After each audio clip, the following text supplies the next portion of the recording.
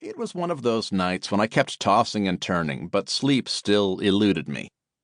I finally gave up and went downstairs to have a snack and read a magazine, which is exactly what I was doing when my 15-year-old son walked in. It was 1:30 a.m., and he was bleary-eyed from playing games on his computer. I thought he had gone to bed when he had arrived home early from the party, at midnight. Goes to show how much I know. "What you reading, Dad?" "Not much." If I had learned anything from raising two teenagers, it was that even when they asked what I was up to, they were never really interested in what I was doing. Then, pointing at my plate, I asked him, "Want some leftover pie? It's good." "Sure." "Dad, how do you know if you're ready for sex?" I did my best not to choke on the piece of pie in my mouth. I swallowed and caught my breath, and then I remembered that the last time I had checked, my son didn't even have a girlfriend. I had 20 questions rolling around my head, and even more ready to go lectures. Instead, I managed to stop myself. "Where's this coming from? Did you meet somebody?" All right, we could have done without that second question. "No, I didn't meet anybody. It's just that everyone seems to be doing it these days."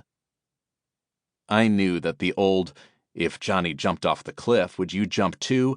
was way out of line, so I said nothing. I just looked back at my little boy, who clearly wasn't so little anymore. After a moment, I looked down at my remaining pie and noticed that I was playing with my food. Silence. Then an amazing thing happened. John began to open up. He told me about how a few of his friends had girlfriends, and he missed hanging out with these guys.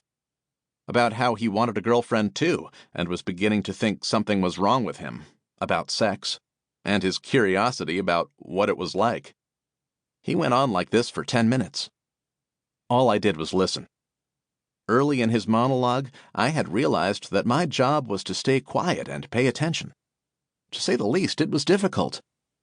Finally, when he had finished his second piece of pie, he headed back to his video games as if we had just been talking about the weather.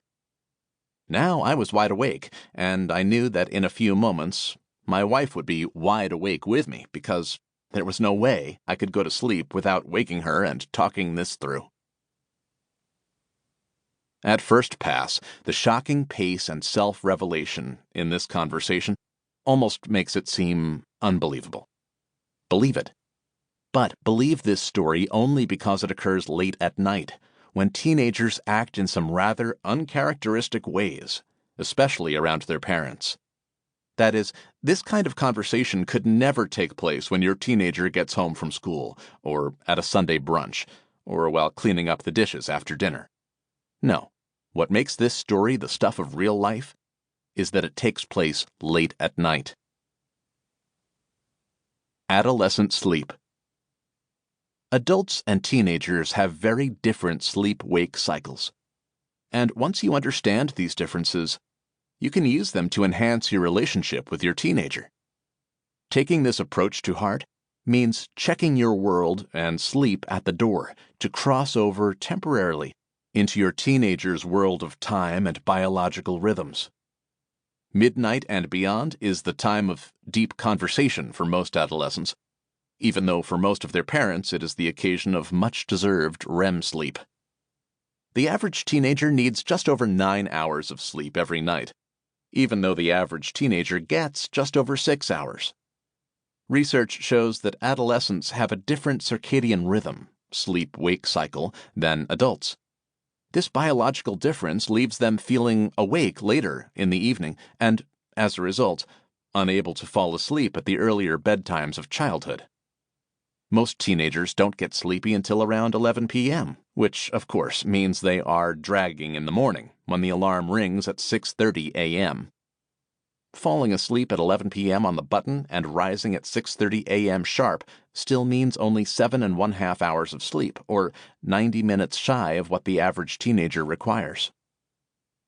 Research conducted at the University of Minnesota indicated that over half the teenagers studied reported feeling most awake after 3 p.m., and that 20% claimed they fell asleep in school. This comes as no surprise, given what time of night they fall asleep and what time in the morning they wake up.